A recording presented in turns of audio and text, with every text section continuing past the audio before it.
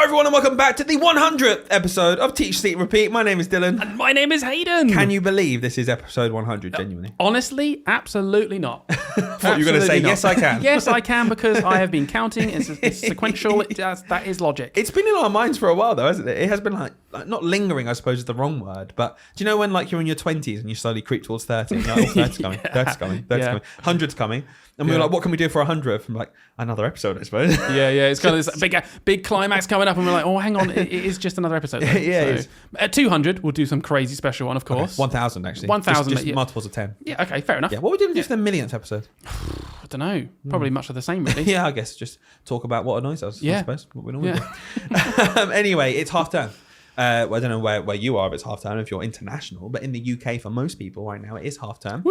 Hope you're having a great half term. I hope you are listening to this doing something relaxing. Maybe not driving to work, but maybe you're just sat thinking about work. Or driving to somewhere nice. Yeah, I mean, that'd be nicer, wouldn't it? That'd be good. Yeah. In terms of half term, Hayden, we know, teachers know, there's always a bit of work to do in half term. So let's just let's not think about that too much. But what I've been really on my mind, especially with you knowing you're in year 6, is you get to half term, it's probably like a nice break, but it's kind of the moment in time halfway through the year now where in general as a teacher, the idea of, okay, well, my kids really need to be showing the progress at this point. Probably getting that pressure from the top down to be like, okay, well, you know, we are at the business end now. So are we showing that we're doing really well? And I just thought of you, like, if I think that in year 4, what's year 6 like at the minute? Well, it's even closer, isn't it? Because the SATs obviously isn't at the very end of the year. It's not even that far away now. It is. This is like the start of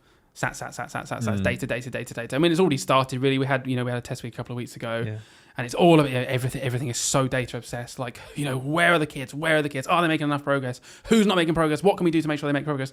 I'm saying it as if it's a bad thing. That's not a bad thing. Do you know what I mean? Yes, that is our jobs, but it is a little bit obsessive. When it's down to like a SATs paper, we talked about disillusionment and simplicity in an episode recently. Do you feel like this data-driven chat, is it really, really useful? Like, genuinely, is it too much? Do you understand it and you think actually it's fine, it is what it is?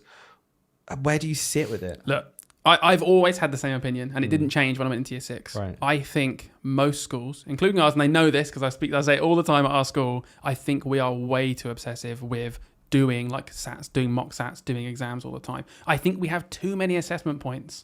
I very rarely learn anything from the assessments that I don't really already know, or probably couldn't pick up from my formative assessments, like my little weekly things, little things I'm doing all the time. And I just find, I've always had the opinion that when you do like a whole, like, there's a test week, and that's in any year group, I'm always like, okay, that's another week of learning they're not going to do. Yeah. Because you're not really doing, you're just, like, what we said in our last episode, you're just measuring. Yeah. And I think there is a point where you can measure too many times, and actually you're just taking away now lessons. So I do get a little bit stressed with that in year 6, because everything gets shunted anyway, because SATs are in term 5.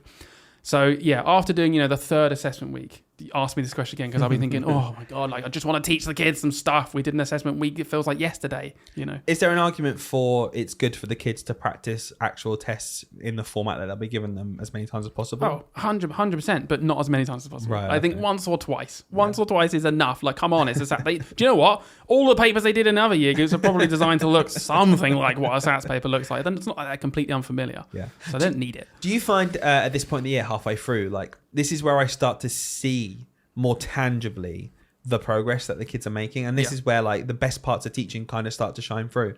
And I think term 5 and 6 it like almost accelerates way more, but now I start to see the points where I'm like, oh, do you know what, actually, if I flick back to your book at the start of the year in English, let's say, and I look at your writing, and now I look at it now, I can see where you've improved. I can see what you've got better at. And I'm not talking about tests anymore or data points. I'm literally just talking about the human beings in front of you in the class. There'll be some children who are managing their emotions in a more mature way. Yeah. There'll be other children who can now write down letters that are actually legible. There is someone else who's got a different target, and maybe they're expanding their vocabulary massively. But they're all at different points, your kids in your class, but they're all making progress for them.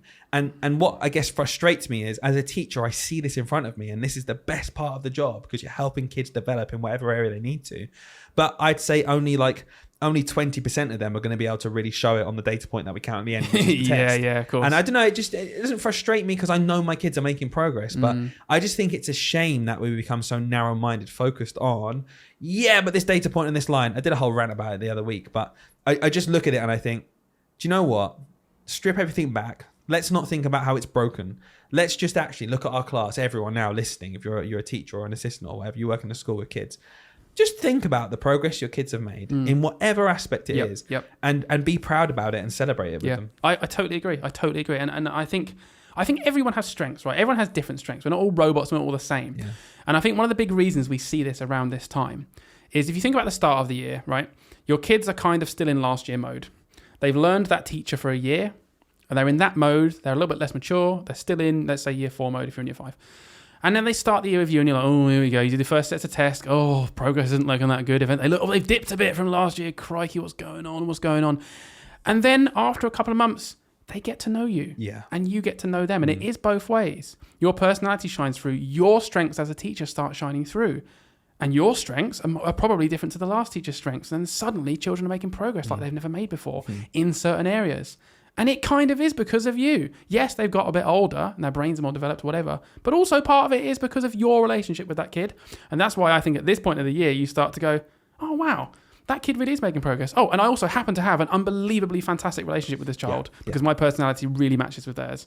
No surprises there. That, it's facilitating more progress. So I think that's a big reason. It's brilliant. And even those children where you don't necessarily, as teachers, you might be listening to that and think, well, okay, there are some kids I have to, but there are some kids I just don't personally relate with, and I find it a struggle. And I just want people to know that's also normal, and those kids can still make progress. Your teaching style is just not going to perfectly match up with every single child out there. And I suppose one thing that really jumps out at me, a small story, I had a child come up to me this week and was talking to me about at home how the evening before they cooked spaghetti bolognese. Now this. It just sounds insane, doesn't it? When's this ever going to come up in a pupil progress meeting? And it is genuinely nothing to do with me. Like in terms of I've not been at home with them teaching them how to cook and stuff. But I think it's just an insight into the wider picture of how so much influences what a child becomes and how they develop and how they mature and how they get better at anything. Even if it's schoolwork, it's not just the teacher. So when I think about this child cooking spaghetti bolognese at home, it was because they have this thing with their mum where their mum says once a week you're going to cook dinner, and it's obviously supervised, it's with her help, but she has that ownership then of being able to cook for the family. And I just thought, I just said to her, do you know what, that's amazing, like that's so good that you kind of are building up that ability to do that. And that to me, and this might sound weird to people on a teacher podcast, that to me is just as important as anything I'm doing in school, and it's more important than a lot of what I'm doing in school. And it's a big part of how that child is growing up and, in quotes, making progress. We're so obsessed with certain points and data and progress in a certain way that I just want to open our eyes up basically to say, do you know what, chill out. If you're a teacher, just appreciate the people your children are becoming and the role you play in that. You don't have complete control over it.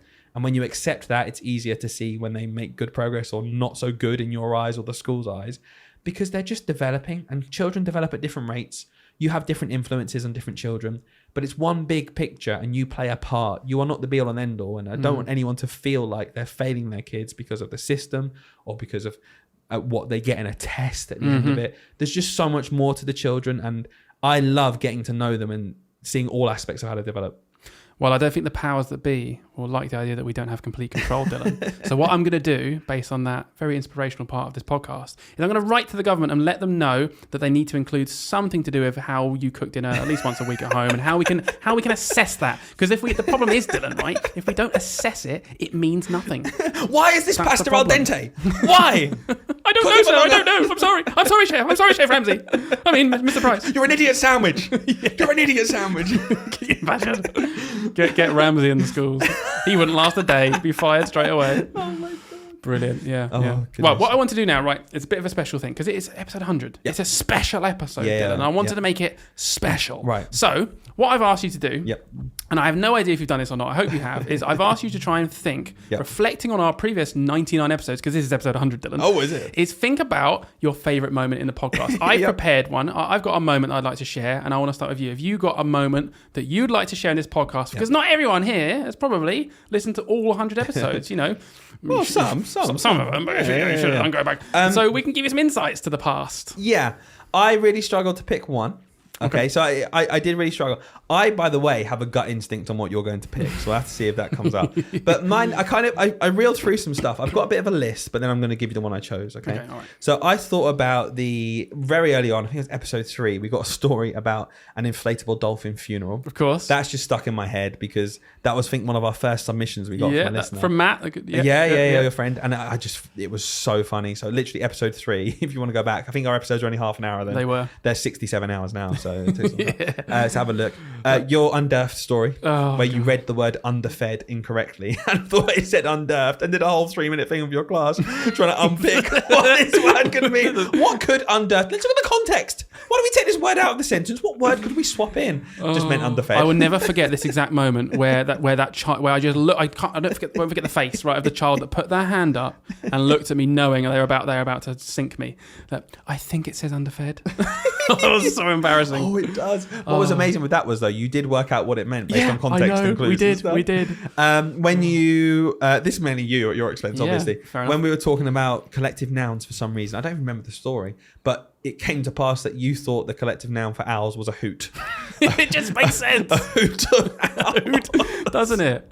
But I chose one because, to me, this sums up, again, if anyone hasn't watched from the start, okay, I'm going way back, episode 12, because we used to do loads of skits. And we used to start an episode with skits. And it was before we videoed the podcast. And obviously before video, it's easier just to do a voice, like, jokey kind of skit thing. Highly edited. You're not trying to act it out as well. And we used to do skits, and we did things like phone calls with King Charles. And, like, one of them was, like, Professor Dumbledore at Hogwarts having an Ofsted inspection. They were just, crazy. So go back and watch them if you want to, or listen to them. But the one I've chosen is from episode 12, and we did a fake radio call-in where I was a radio host. Oh, yeah. And we had a caller call in who was angry because at the start we were talking about the strikes and why teachers were going on strike. And the caller had a bone to pick because we were lazy teachers going on strike. I'm not going to say any more because what we're going to do is we're going to play it now for everyone to relive. All right. And then we can dissect it afterwards. Okay. It's so funny. All right, let's play the clip.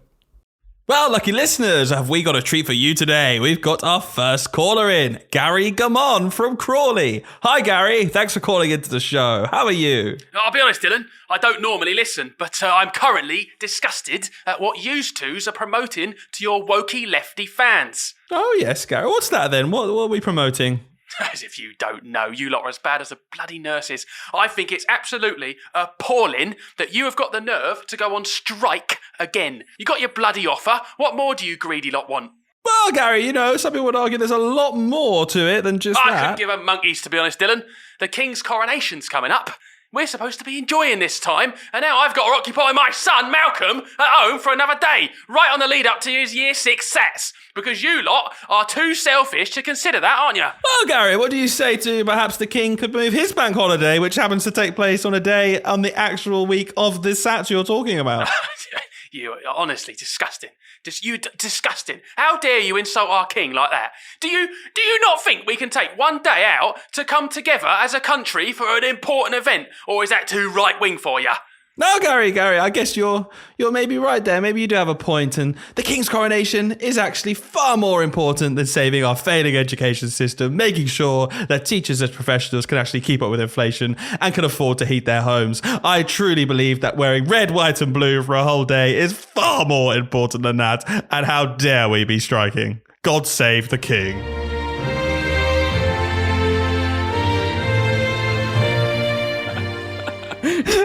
God save the King, Dylan. I think that's one of my favourite bits because it's just so, unfiltered.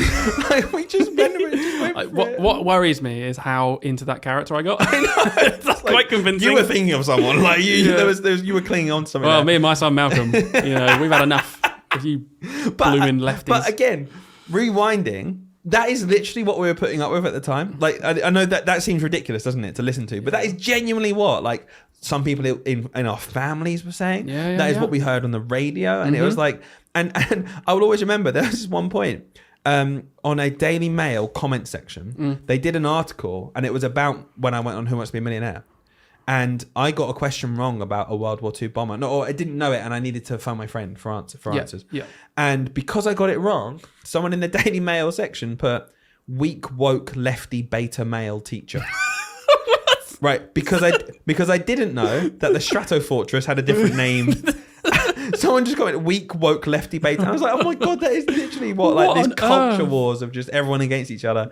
But that really, really made me laugh. And I just thought, in terms of like what parts of this podcast I really, really enjoyed, it was just when we had those funny moments. I do kind of miss the skits, and like you said, it's really hard to do it without with recording, video recording, because it is just different. You know, having the phone effect and stuff. We wouldn't be able to do it now. So but good. It was good times. I think about the first 10 or so episodes, each one started. So do go back and listen to the first ones. They're only short, but they're quite funny. Anyway, I'm going to trump you completely because the moment I know you probably know what moment I'm going to do, but these guys might not. Now, if you've been around for a long time. You if you've listened to episode 34, we're really going back in time now. We had honestly the best, funniest moment on our podcast. I don't think we'll ever top it. It was so unhinged and funny. So for context, Dylan had just had his son Rory. We were just under 2 weeks after that when we were recording this episode. So he was, I mean, just look at you in the video. Like you just even looked like completely out of sorts. He was so tired. You didn't know what was going on. You're a new parent at this time. And we were having this conversation about being a new parent and how you just have no idea what you're doing. You just don't know. Like you were just like, what guidance is there? Like, I don't know when to do this, when to do that. And then we started talking about food and kind of went on to your food habits as a child and the conversation. I mean, you'll see me in it. I was dying. I was dying in that episode. So let's play this because it's just brilliant. But yeah, on food. So already you're thinking about like, so I said the other day, I was like, when do they eat food? And apparently it's like about 6 months they start going into solids. But then it's always like, it's weaning. So it's like over a bit of time. Mm-hmm. Like that's mad to me. Because it's like, okay, who's in charge of that? Do I just guess? Broccoli? Pop-Tart? Yeah. Like, what do you want? Not Pop-Tart, obviously. But like, do we just guess like how much he wants to eat as well? Like, is there I like following instructions, right? Daddy's favourite, a 12. Come on. No, but there's your umbilical cord when you were little. That's the first thing every little boy eats. But it's on food, right? Because I was thinking about food. I was like, when I was younger, I was really... Sorry. Write a passage. You got to read your umbilical cord. Yeah. I was really fussy with food, right? Really fussy. And so my mum would just feed me. It became a choice of I either didn't eat or I ate potato waffles.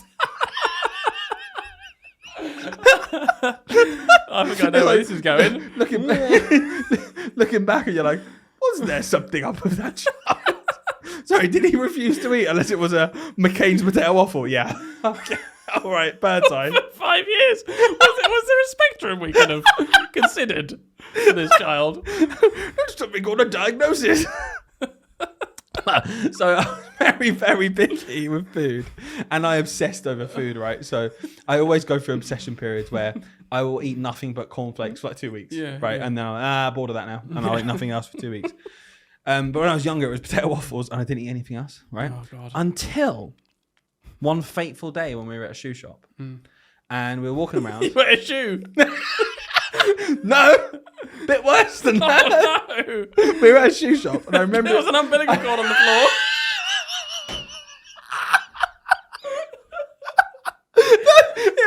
It was mine. It was still attached. It hadn't fallen off. At 5 years old. 5 years. It's like it's just disgusting. It flies on it.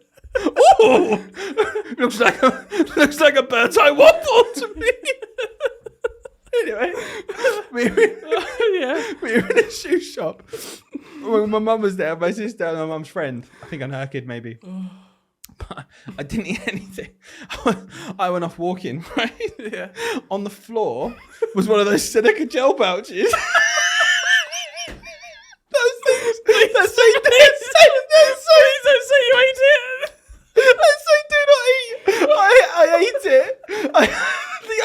I wouldn't eat anything apart from a white bag that says "Do not eat." I was like, "Oh, what I'm doing?" I ate. I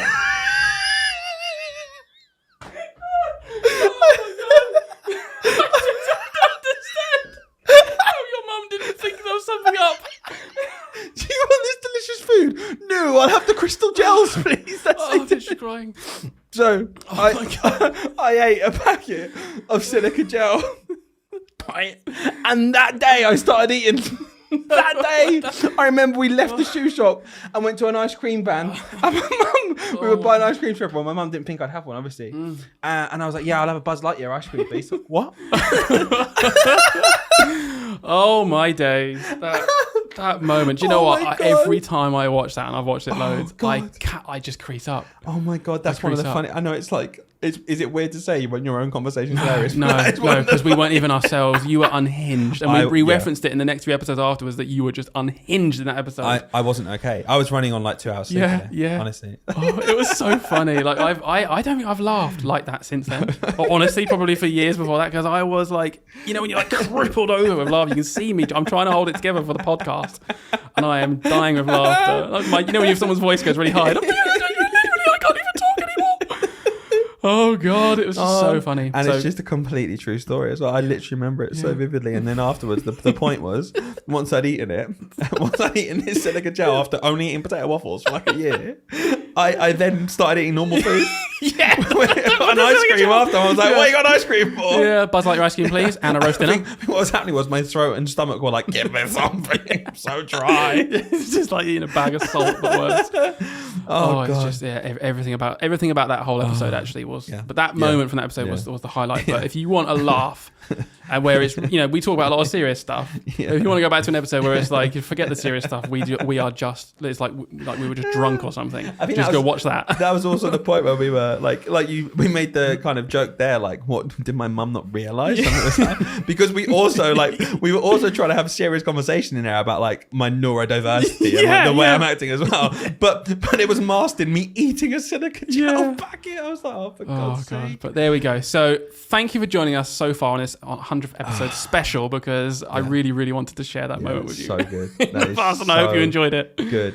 Let's play the jingle. Let's do a little. You've actually again. I'm not going to keep this joke going. Maybe I need to stop saying it. But you have prepared something to go through it. Fourth episode in a row, is it? 4th episode in a row.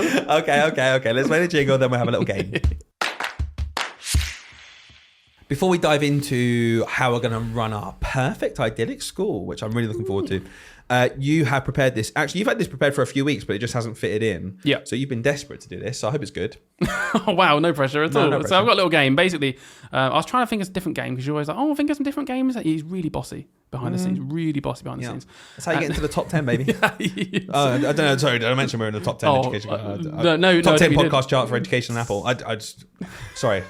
Sorry, I just Mel Robbins, we're coming for you. Yeah, right. She's not moved from that Davina spot. McCall, number 1 and 2.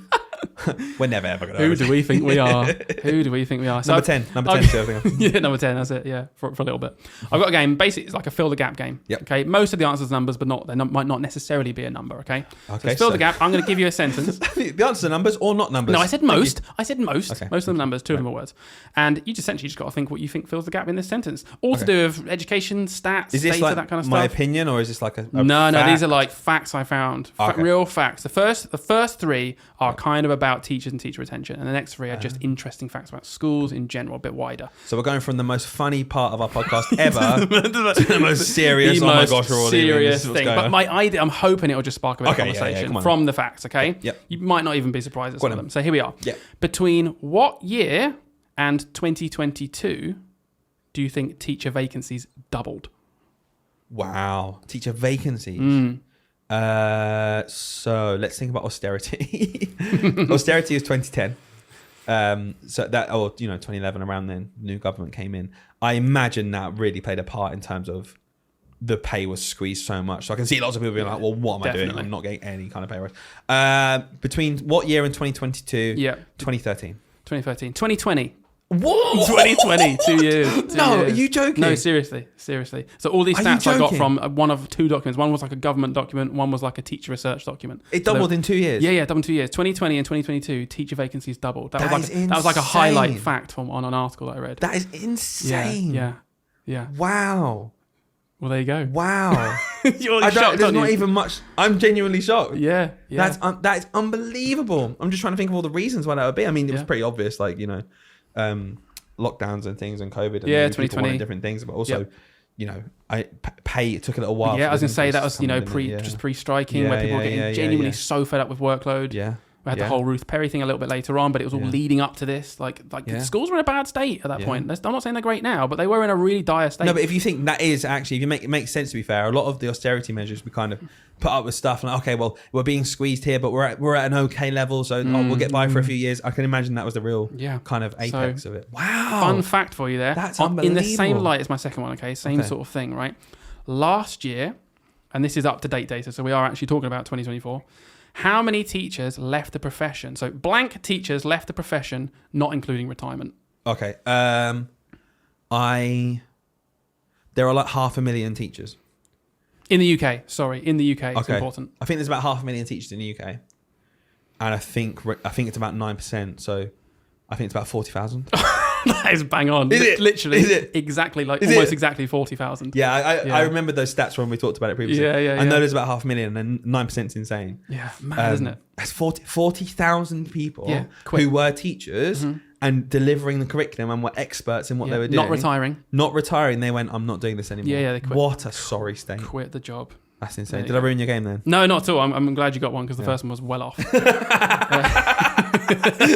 What a backhanded compliment. Well done, mate, because your first one was terrible. Yeah, well done. 1 out of 2. 1 out of 2. So next one. 1 out of 2. Like, they're so specific. Let's okay, wait, one, got one. 1 out of 2. Right, here we go. Next one. I reckon you'll get this one, or at least close. The government has missed its teacher recruitment target 13. in how many? hang on. In how many of the last 11 years? Okay, 11.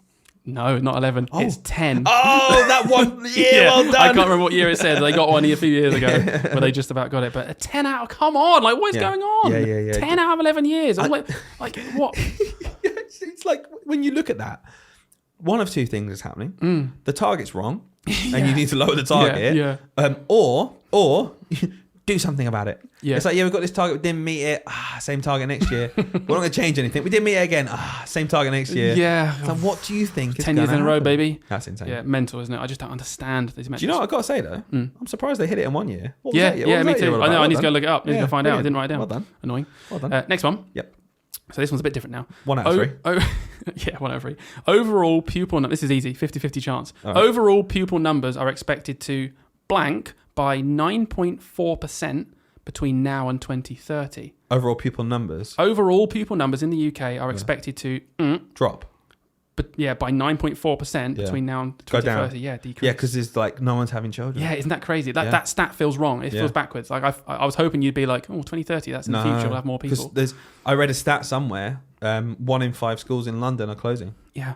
Because there's not enough children to fill the schools. 9.4% though. Yeah. It's not even like an insignificant amount. That's huge. Insane, yeah. And we're kind of sleepwalking there because with birth rate and stuff, you don't really really notice it for 5, 6, 7 years when they start going into school. Yeah, of course. So when the children are like 0, 1, 2, 3, it's like, okay, they're out there, they're obviously cared for and stuff, but the structures we have in place don't necessarily, like, you don't see a class that's suddenly 3/4 full.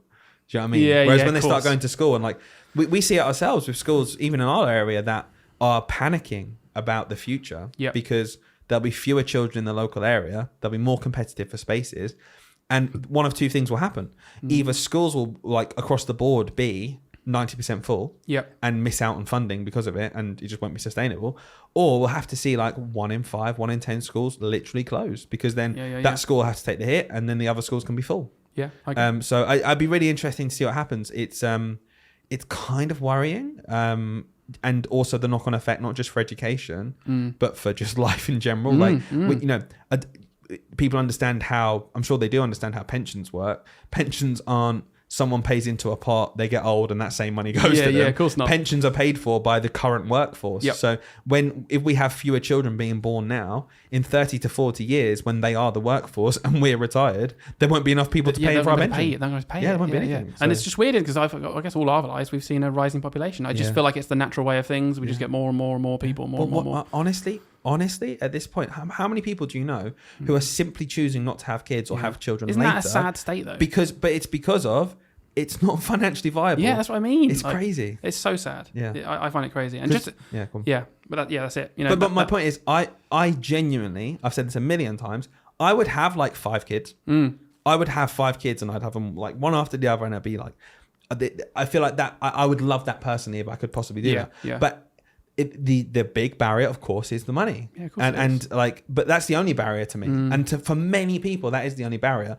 And for many people, that's the barrier of them having one. Yeah. Never mind like two or three. Well, I know multiple people who are like teetering on the idea of maybe having children or trying to have children. And they're sort of like, nah, we just can't afford to. Yeah.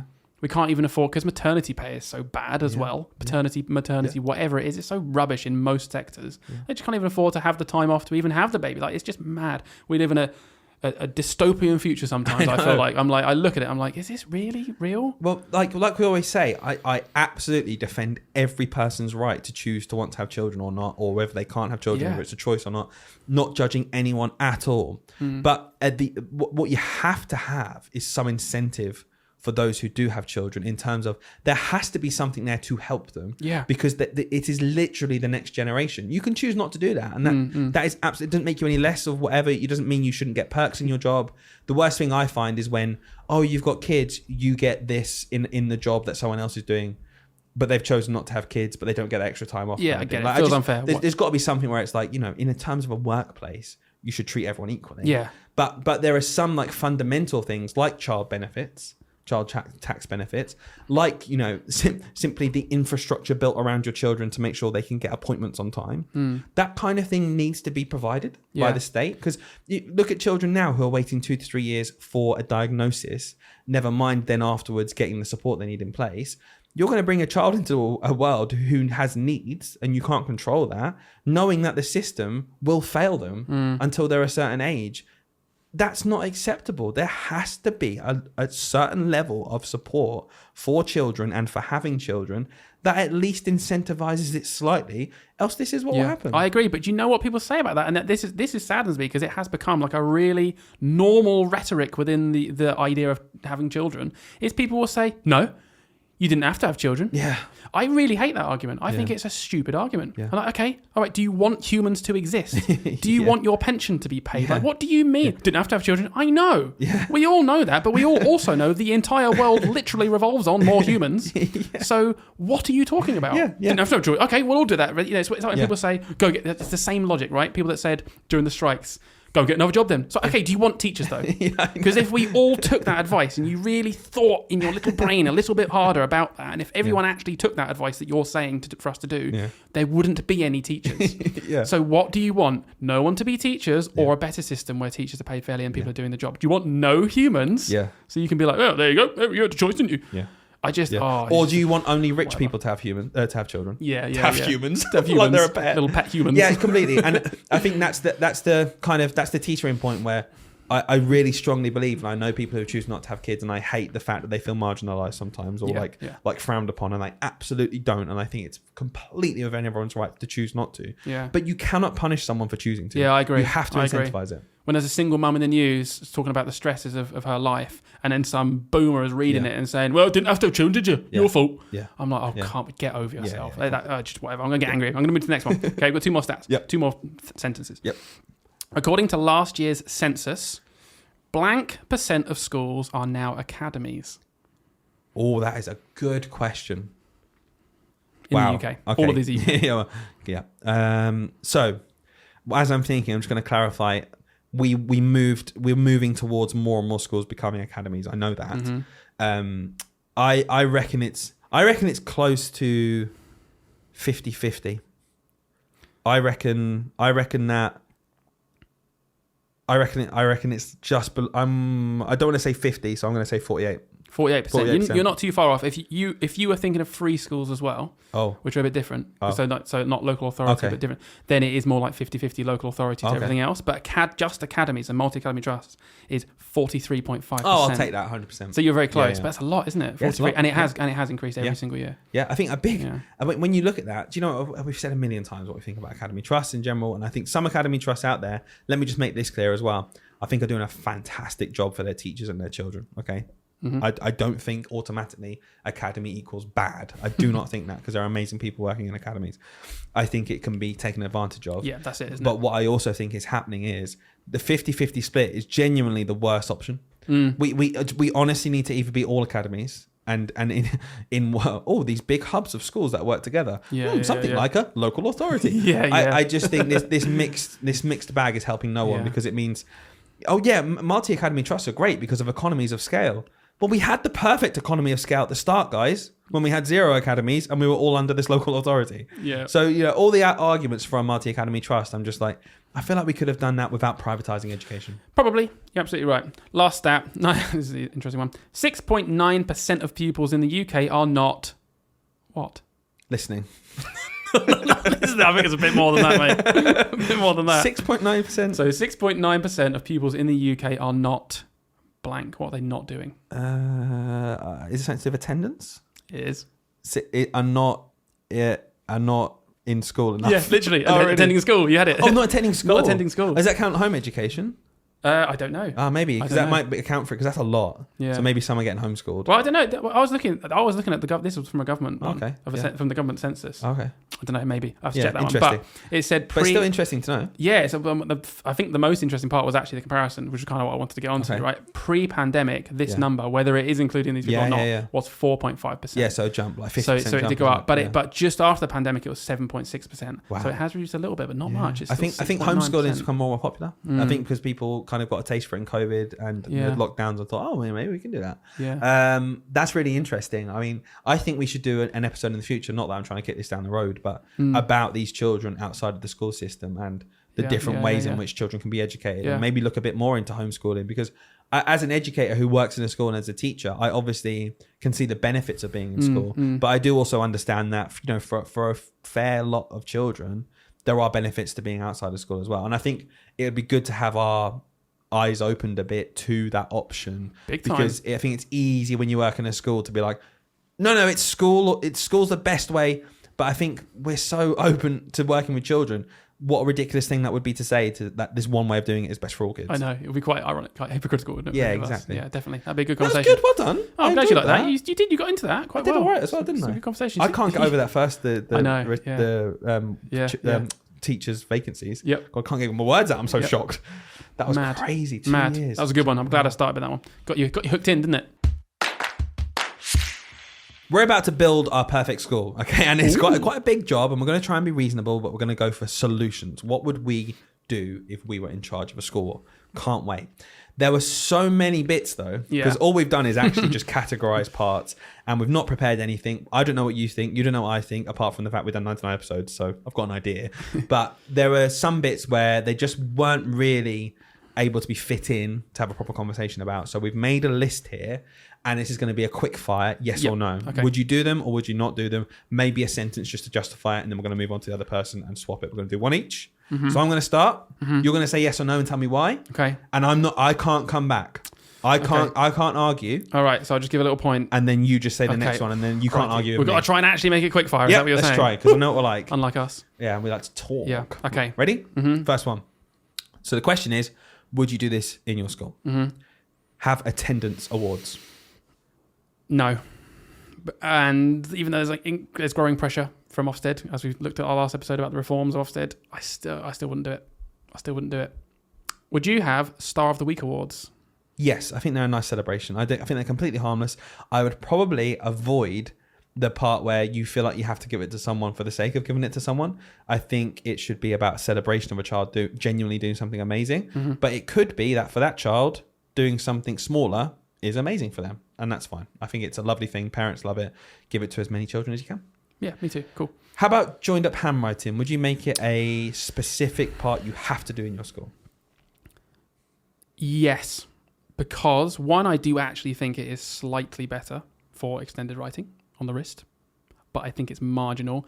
If the government didn't have such a huge weighting, I didn't put such a huge weighting on that in the writing assessments, like the end of Key Stage 2, where it's genuinely like, if they're not handwriting, they might not be expected, then I'd consider being like, nah, let's just be a bit more free, let people write how they want. But in the current framework, I would make it part of my school.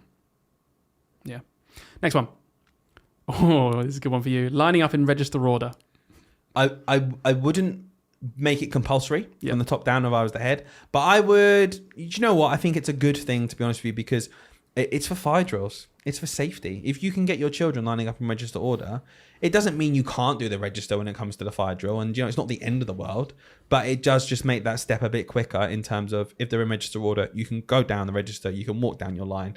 It's a very, very small thing that I think is a good thing, but I wouldn't be like, looking at them, you got to have this, you must do that. It's a bit over the top, isn't it? I think it's, you can't talk, by the way, sorry. Oh, yeah, I'm sorry. It's my opinion, okay? I wanted to say lots earlier, I didn't say anything.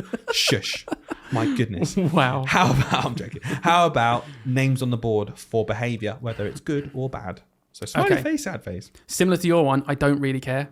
I think a lot of people have strong opinions on this and they're like, no, you absolutely can't do it because it's shaming children. I do think we go in my opinion, just a tiny bit too far with how much these things have an impact. I don't think it matters that much. I think if it's part of your behaviour policy, there are better behaviour policies out there. But if the teacher in my school was doing this, I wouldn't be immediately putting them into a meeting to say not to. I might look at my behaviour policy to see if I can do something better for the whole school. Sure.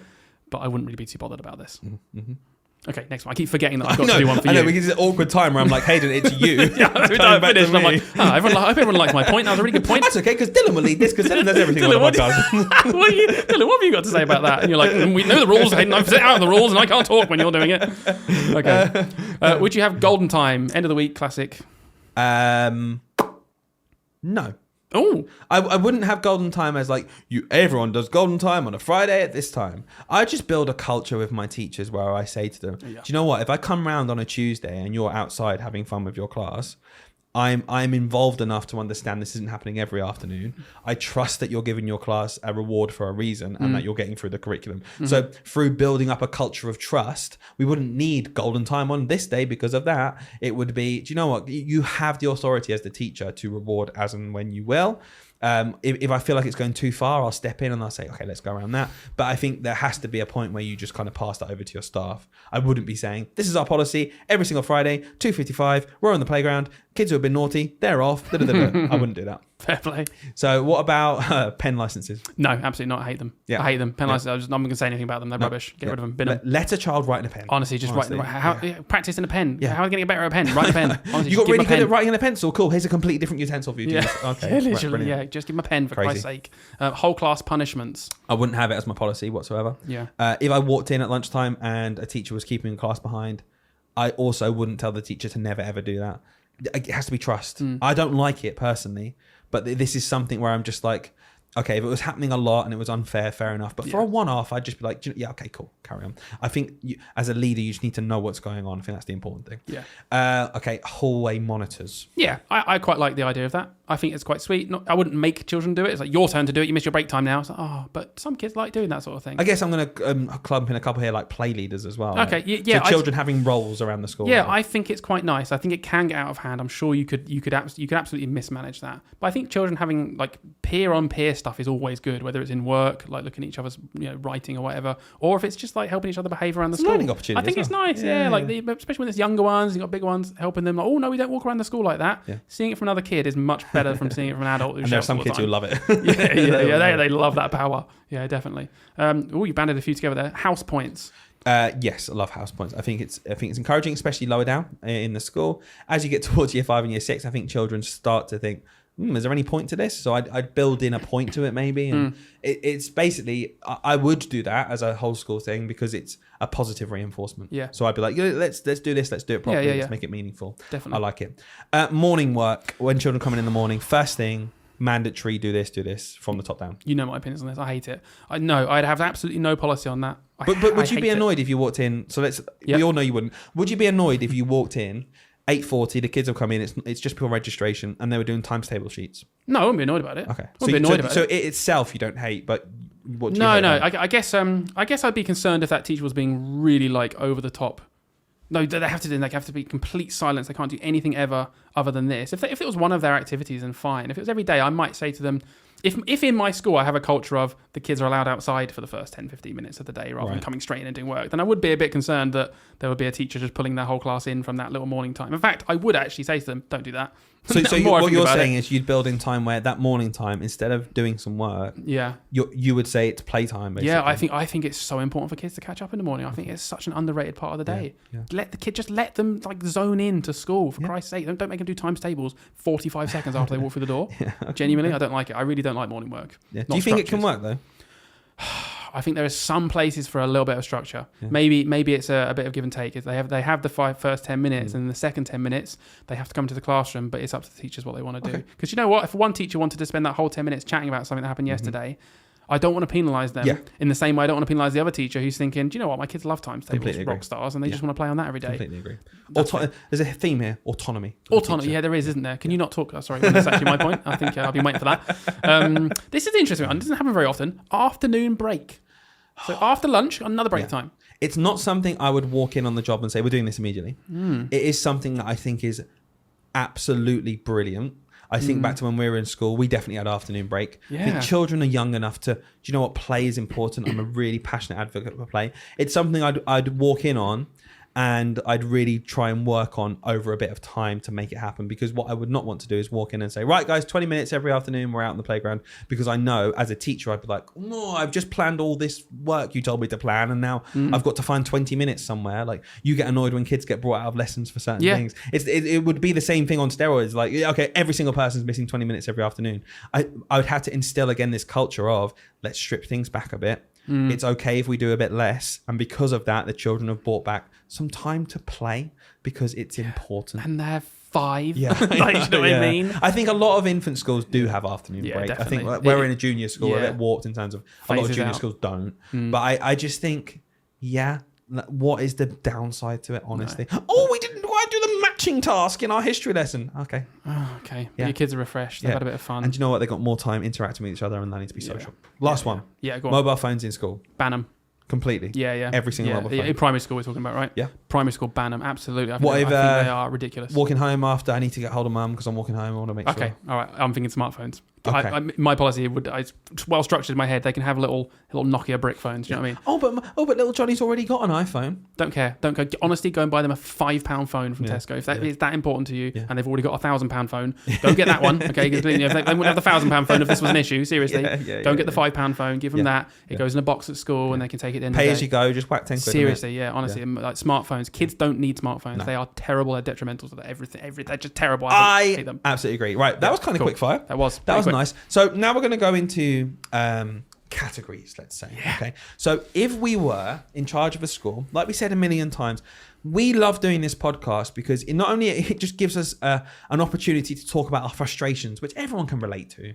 Everyone knows in their job, no matter what your job is, there's always going to be frustrations you want to talk about. And it doesn't mean you hate everything about your job. It just means you're a human being where things are annoying and you try and find solutions. And a big part of our podcast that we do really pride ourselves on is trying to come up with solutions rather than just saying, this is bad, isn't it? Yeah, okay, on you go. So in our 100th episode, we thought, let's take our favorite part of the podcast, which is trying to brainstorm and come up with ways of fixing things, and kind of just like do it massively across the board. If we were in charge of a school, what would it look like? So we've categorized some bits. Do you want to start us off? It's probably a bit ambitious, isn't it? We've got a lot of things here, but we'll get through what we get through. Do you know what I mean? Let's talk about marking, because we've both got quite strong opinions on marking, right? So I kind of want to start with you, to be honest with you. I would like to know, all schools have a marking policy. What would be your expectations as a leader of your teachers when it comes to marking books after lessons? Okay. Because of my policy, marking books after lessons would become really not necessary. Okay. So first thing, I'd build in the opportunity to live mark as much as possible. And that's not just because it helps teach wellbeing and workload. But that is a reason, and it's okay for it to be a reason, okay? So that is a reason. It's also because live marking is so much better. Live marking is so much more for the children to have instant feedback. It's just more beneficial. It's as simple as that. So my policy would be as much live marking as possible. In maths, almost every day live marking. If there's some reasoning to go through or some answers you want to read, do you know what? I would say after every maths lesson, you should just flick through the book. That can take 20 seconds per book. In a class of 30 children, that's 10 minutes. Okay, I think it's reasonable to have just 10 minutes to flick through and know where your children are. For English, unless it's independent writing or a chunk of writing, again, I would say if it's sentence level work, mark it in class. If they're identifying where the adverb is in a sentence, mark it in class. If they are putting in adverbs into a sentence and they're doing their own writing, peer mark. Swap books, identify it together, work as a class, do it in lesson, go around in helicopter.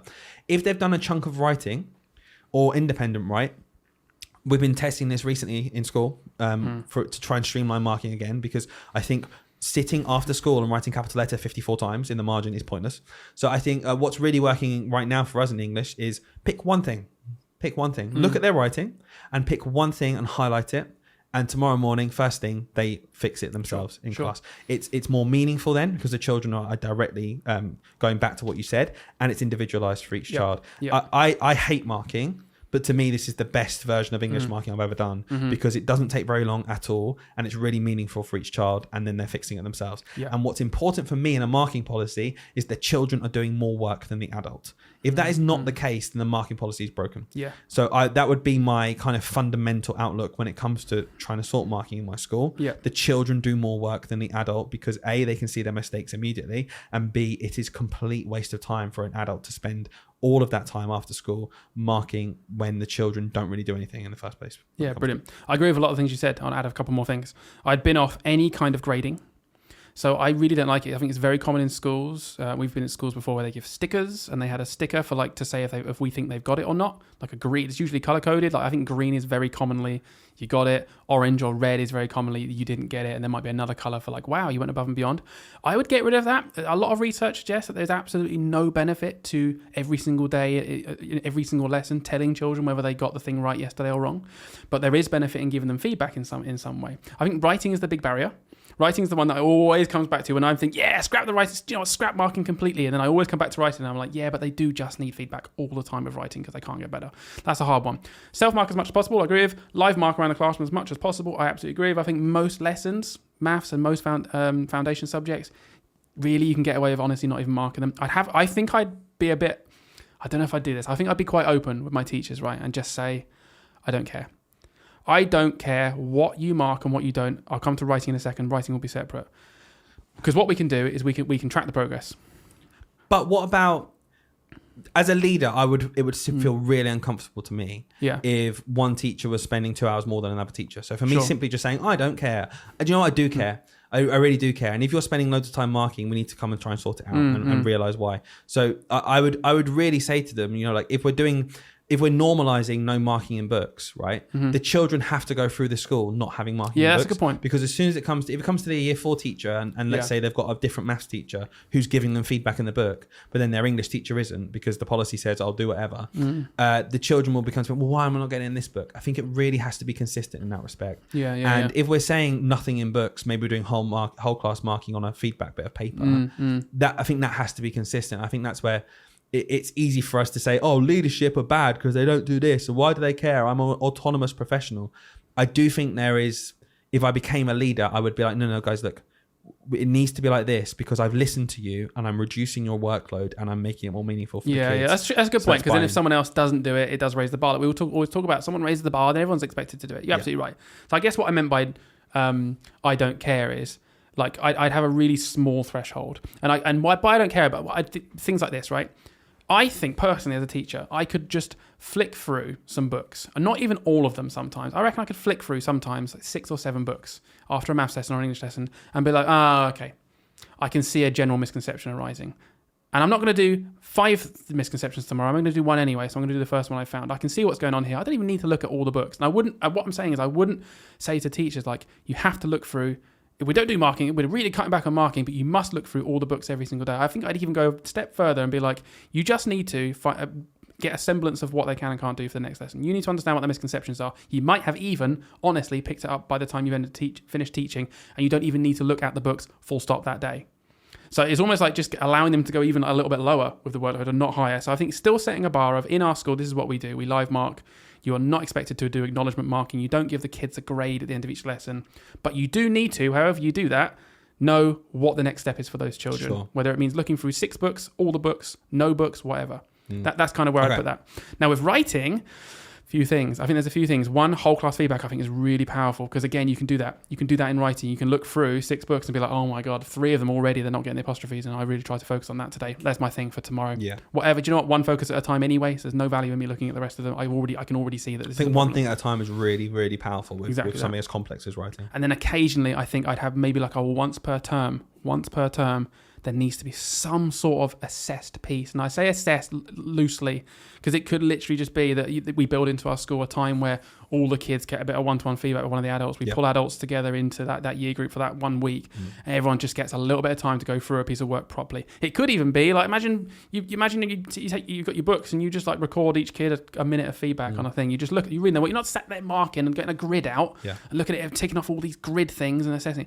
You're just going, recording something. Hi, here's my feedback. I'm reading through your work. Listen to this. Just like trying to bring it all together then to finish off marking now. Yeah. What would your actual policy be then? Because I feel like you said like 5 or 6 different things here. A bit wishy-washy. Honestly, if you were my leader, I'd be like, okay, well, what do you want me to do? So literally, what would you say to people then? Like in terms of, we've said lots of live marking as much as possible, going through the books. That's in it. When it comes to writing, you could do this or that, but okay, the people need a policy. So what would you say to people? Well, here's where I think we need to break the meta. I think we need a marking writing policy, and I think we need a marking policy for everything else, because they're so separate in my head. I think I always try to confine them into the same thing, and they're just not. No, I think that's it. Writing is totally different. It's nothing like any other subject. It isn't anything like it. It's so subjective. They need constant guidance to improve. Nothing like anything else. So I'd have a writing policy that would encapsulate a lot of the things I was just saying.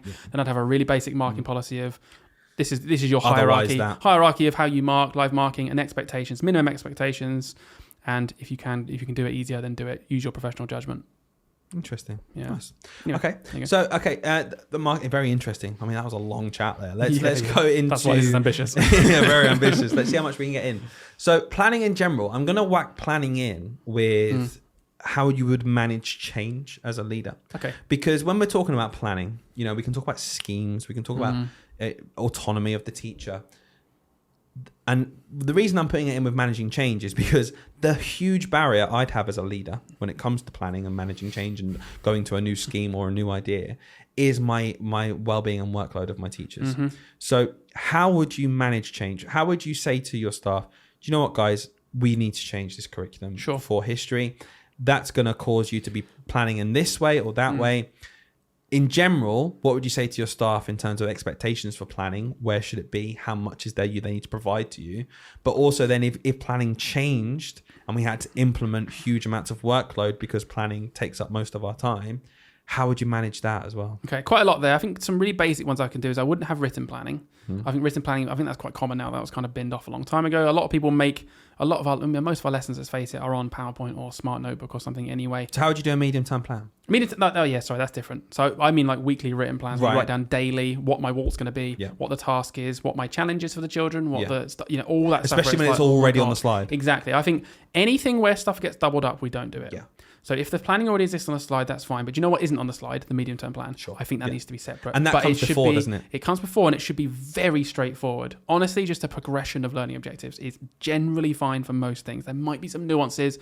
I'd look into it with my subject leads. Okay, maybe we need a little bit of nuance here, but we keep it as simple as possible to show progression. Because you're planning for progression anyway, and if you're not doing that, you're actually not doing your job properly. So I do think you need to plan for progression. And if you're doing that, you might as well just write it down. And also, in that, if it already exists somewhere, like, for example, the White Rose scheme of learning that are progression and medium-term plans, don't rewrite a medium-term plan. Use that. Just use that. Yeah, you literally say, I'm using that progression document. Exactly. Oh, it's not in our format, though, is it? But it doesn't have the school logo at the top. Logo? Okay. It's not in size font 12. Yeah. Okay, so planning that, there'd be very loose rules around, like, that sort of stuff. Like, it has to be, some schools are really strict. They're like, everything is in Comic Sans, and it's all size 12. Wouldn't care, as long as it's got progression. You must use a green. Here's the hex code for the colour of the green that we use in the background for all slides. It's like, okay, all right. Do you know what? I just say, look, even if I wanted the colour, but just use a coloured background because maybe it's easier for children to see. I don't really care about your font. Whatever. You're not going to micromanage. I'm not going to micromanage at that level. If I had a problem, I'd then maybe dive deep into that with that one member of staff and be like, okay, maybe you're just you're missing something here. But going back to managing change, this is a huge thing, and this is something that I think schools are missing out on big time. Because this managing change, just to clarify, it is basically all about whacking on planning workload. Yeah. That is basically what change does. I have been in a school, and you guys listening will probably have been in a school at some point where they change 4 things at once.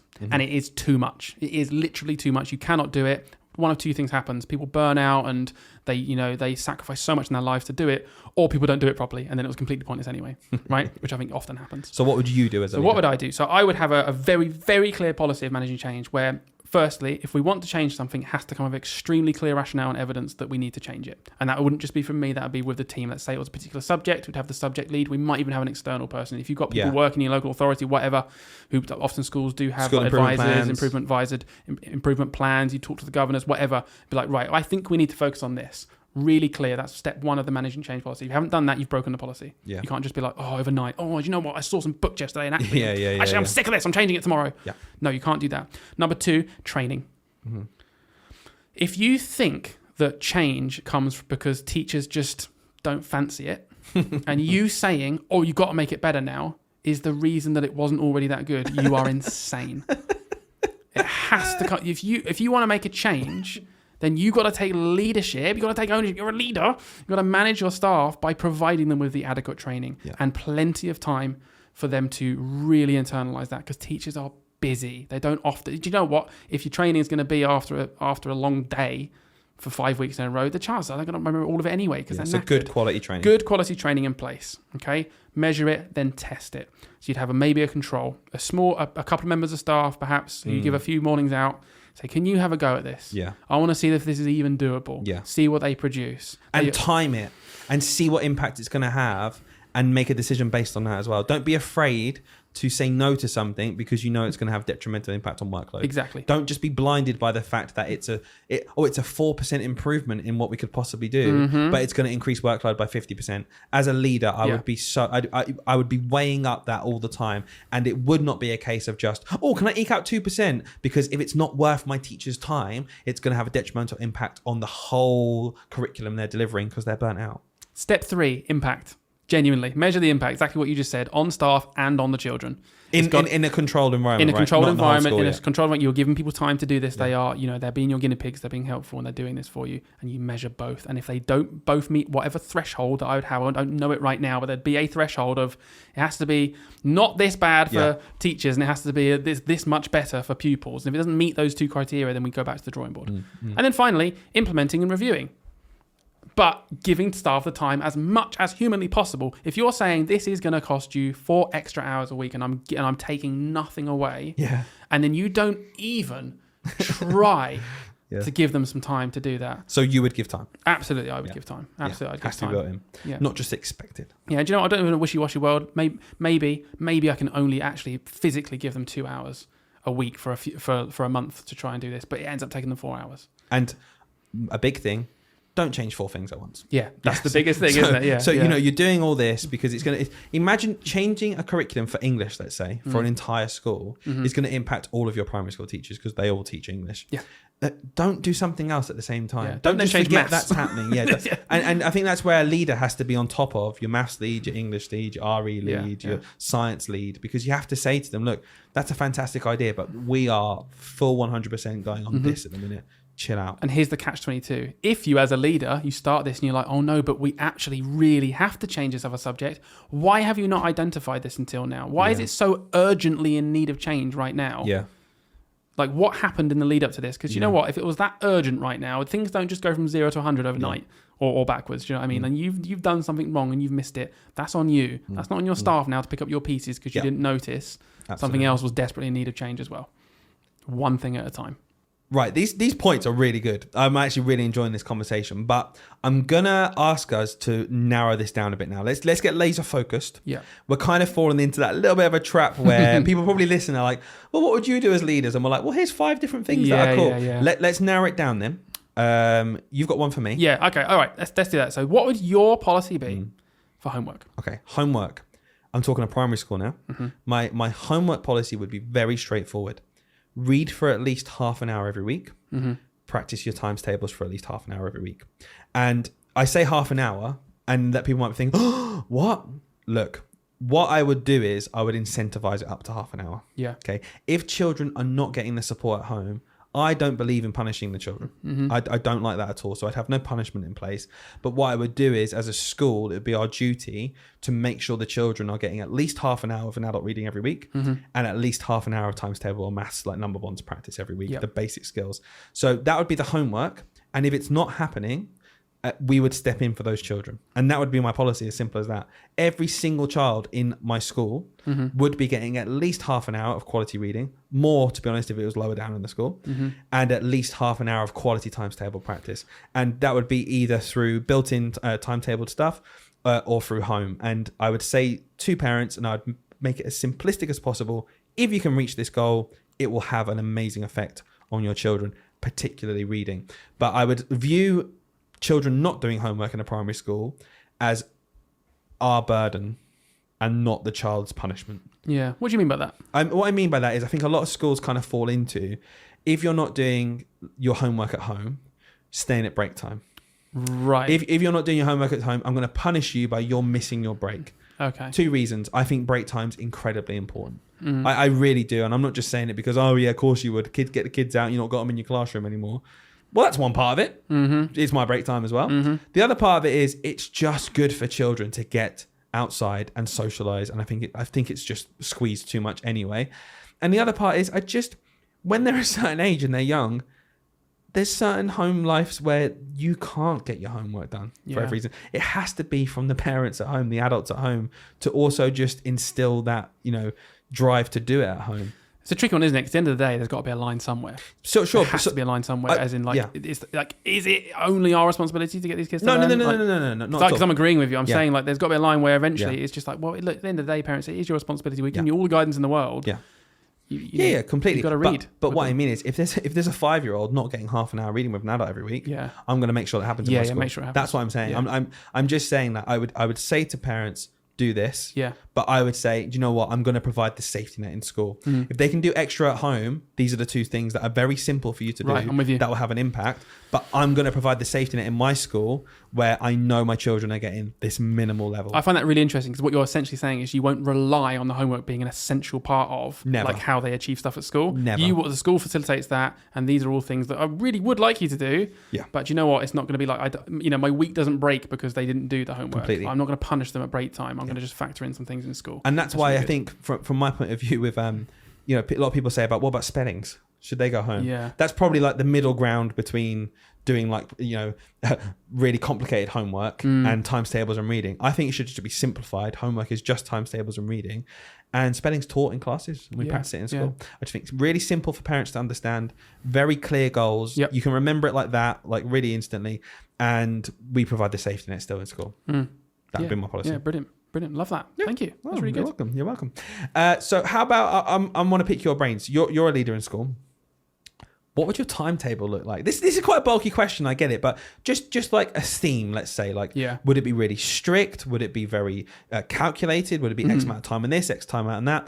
What would your timetable look like? And importantly, what would PPA look like for staff? Because unfortunately, I did a poll recently on Instagram, and I think it was something like between 20 and 30% of teachers don't get consistent PPA where they know what's happening every single week. Yeah, that is mad to me. No, I wouldn't be that. I'm going to start with PPA and then I'm going to backwards work from my timetable.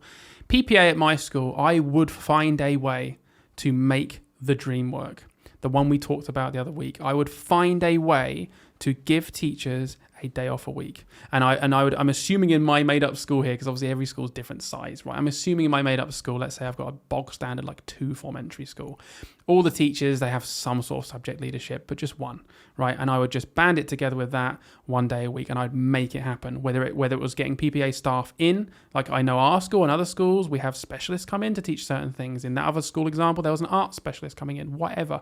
But I would find a way to make that happen. And my PPA, I would never, ever, ever, ever, I'd be so clear in my culture in my school that PPA is sacred. It is your time as a teacher to do what you feel is necessary. It's completely undirected. I would never, ever, ever let anything or anyone in my school, I'd be so draconian with this, like you cannot do it, so strict, take away that time from a teacher. And I'd say you can use it in the building or not.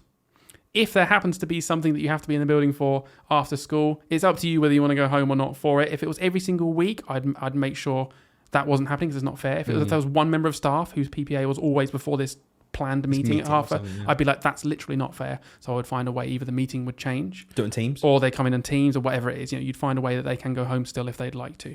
So that's PPA.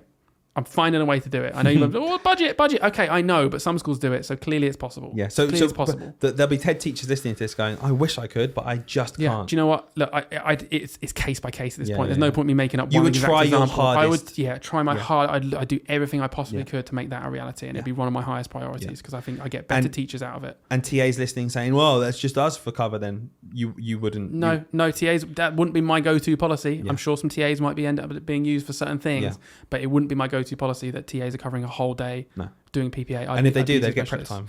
Yeah. It would be fair, basically. Yeah. It would be something else, but it really does depend on the school. So there's no point pretending I can do one example, but that's what I'd strive towards.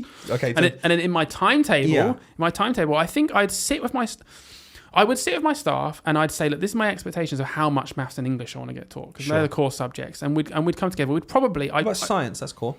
Science is a core subject, but it's not. Do you know what I mean? It is, but it's not. But as a head, you've got the opportunity to really instill the fact, no, it is a core subject, and I don't care that it's not in the SAT. Yeah. I'm not going to fall into this trap. Do you know what?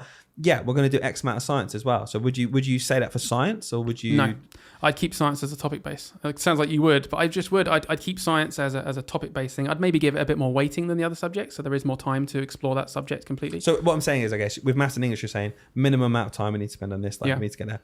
So you wouldn't have a minimum. I mean, I would have that for the other subjects as well, but I'd start. I was just starting with maths and English. Sorry, that's what. So with maths and English, I've heard of schools where they don't necessarily just have maths every morning at the same time. Sometimes they have maths in the afternoon on a different subject. I really like that. I'd quite like to create a timetable for my school that would work, where it's not just maths the same slot every day, all 5 days a week. I also really like the idea of, in my timetable, of only having 4 maths lessons per week. Really I don't think I've said this before, and I'll die on this hill. I don't think we need to do as much maths and possibly even English as we do. So that we can do more science. So, do you know what? Yeah. So we can do a bit more science and whatever other subjects, maybe we're focusing on that term. But I think I'd have a set timetable, but it would be slightly malleable in terms of, if a teacher, if it was a class teacher, right, you didn't have sets in your school. In my school, probably wouldn't be sets. So it might just be, you've got your class. Yeah. If they wanted to do English in the first slot and then maths in the second slot, if it was that day, I'd like a timetable where it is a bit malleable. I think there's too many timetables that are unbelievably strict and not adaptable whatsoever. Down to every 5 minutes. And I would want a timetable that's a bit more adaptable than that. Not completely wishy-washy, do what you want, guys. No. But you know what? These slots exist. And if you really need to watch that, if you want to do art on that morning, and in fact, you want to do art in the whole morning because you've got this really big project you want to do, that's fine. Do you know what? Just do English there and do maths the next day. Yeah.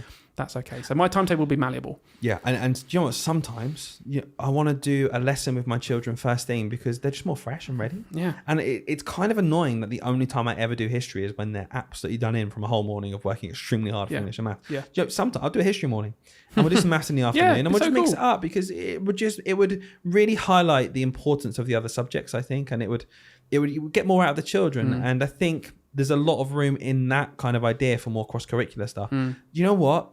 English really is almost every subject. You do a history morning. I tell you now, you'll be doing English throughout it. Of course you will. You can't not. There's bits built in. Yeah. Oh, do you want to read this text about Henry VIII? Yeah, answer questions about him. That's reading comprehension. That's understanding. That's word meaning. Vocabulary is a huge part of topic. Yeah, massive.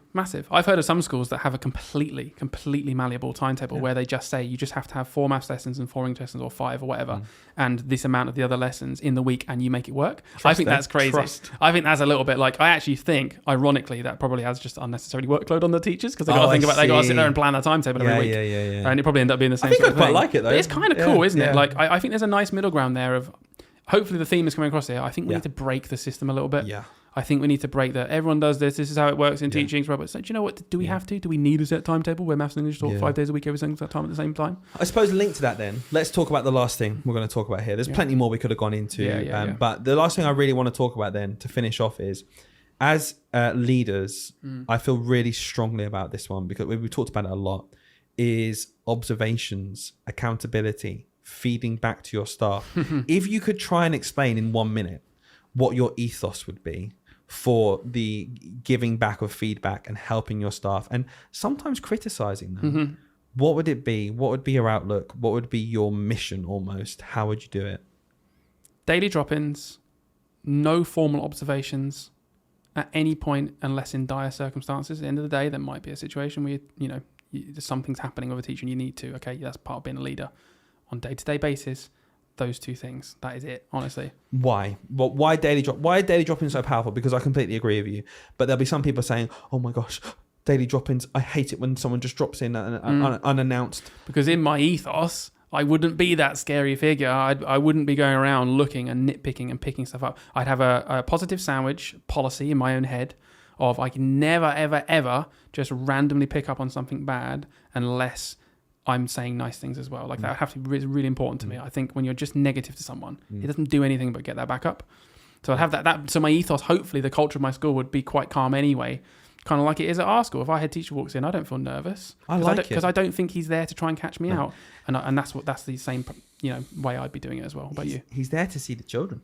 Do you know, that's a big thing of me as a leader. I want to be with the kids. Yeah. I don't want to miss out on being with the kids if I become a leader. I think that's a big thing stopping me from wanting to do it. Yeah. I want to be with the children as much as possible. So the idea of these drop-ins and me, honestly, dropping into a class and helping a table out for 10 minutes, I want that to be normal. I don't want my staff to think like I'm stepping on their toes by doing that. I want my staff to think, oh, that's so useful. I really appreciate that. And me going, just want to help you out. Yeah. I want to walk through. I want to see the children. I want to say good morning. I want to say good morning to my staff. I want to see them do what they do and say, I want to walk through a classroom and see a teacher teaching and go, aren't you kids lucky to have Miss? Look how hard she's doing. That's amazing. And you're working so hard for her. Aren't you both so lucky to have each other? And just walk through. And that is it. It doesn't have to be for a reason. It doesn't have to be ticking a box. The ethos is positivity. The culture is helping. And I just think that can come from small things like that. And if you genuinely really care about your staff in that way, and I think a lot of leaders do really genuinely care about their staff, but they're stuck doing something else away in their office somewhere. I don't think you're bad if you don't do this. Okay, I don't think I'm saying that. But I think this going out of your way to do that, I think can really set the tone for, I work in a place where I'm appreciated. The leadership know how hard teachers are working constantly. And words aren't going to pay the bills, but my goodness me, he's working to reduce my workload. He's trying to help me at every single corner he can. He's giving me positive feedback. He trusts me to do my job. Constantly checking in. I think the biggest thing for me, if I became a leader, would to be building this environment where my teachers want to stay in teaching. And that sounds ridiculous, doesn't it? But if you look at the retention problem right now, I would feel like I would be a success as a leader is if at the end of the school year, my staff are looking forward to the next one. Yeah. That's a really good point. I'm going to leave this point on an analogy, right, about that everyone will understand in education, right?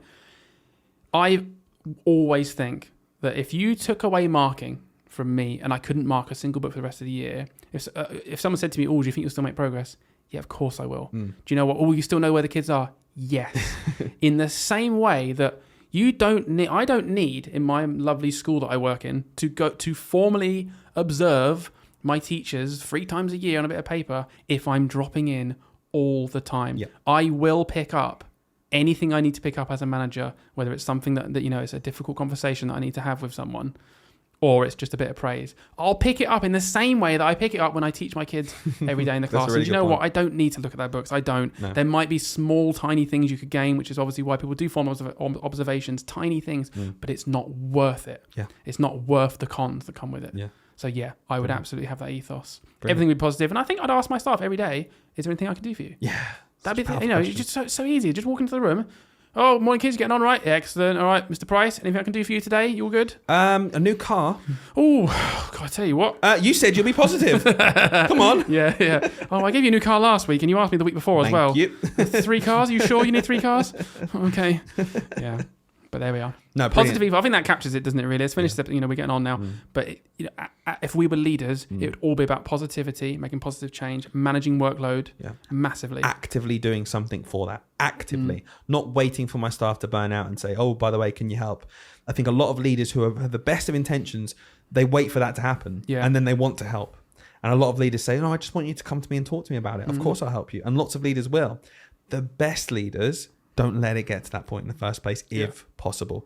There are lots of limitations still, like we talk about all the time. I don't think it's going to be, I'm going to come in and do this brilliantly. But I just think small little things like that make a huge difference. Oh, but Dylan, some people say, Dylan, you've talked a lot about what you'll do for teachers. What about the children? Yeah, okay, do you know what? I hope this comes across when I'm talking. The only thing I care about is the outcomes for the children, because in me helping my staff, who I also care about, the children will get a better education. Do you know what I care about? Really weird. Only the children, it's really weird. Not the staff. Do you know what's really weird? Do you know what I care about? Other human beings. Literally. Yeah. Are you another human being? Cool, I care about you. Yeah, it's so simple, isn't it? Yeah. It's so simple. Yeah, Anyway, I feel the same. Yeah. I love that. That was really good. 100 episode. Do you think we're going to get to 200? I think absolutely, yeah. Let's do it. Yeah, of course we will. Nice one. Okay, guys. See you next time for 101. Doesn't sound as Should we just skip? I tell you what, if we just write 200 in the next one, we'd have done it. See you next week for episode 200.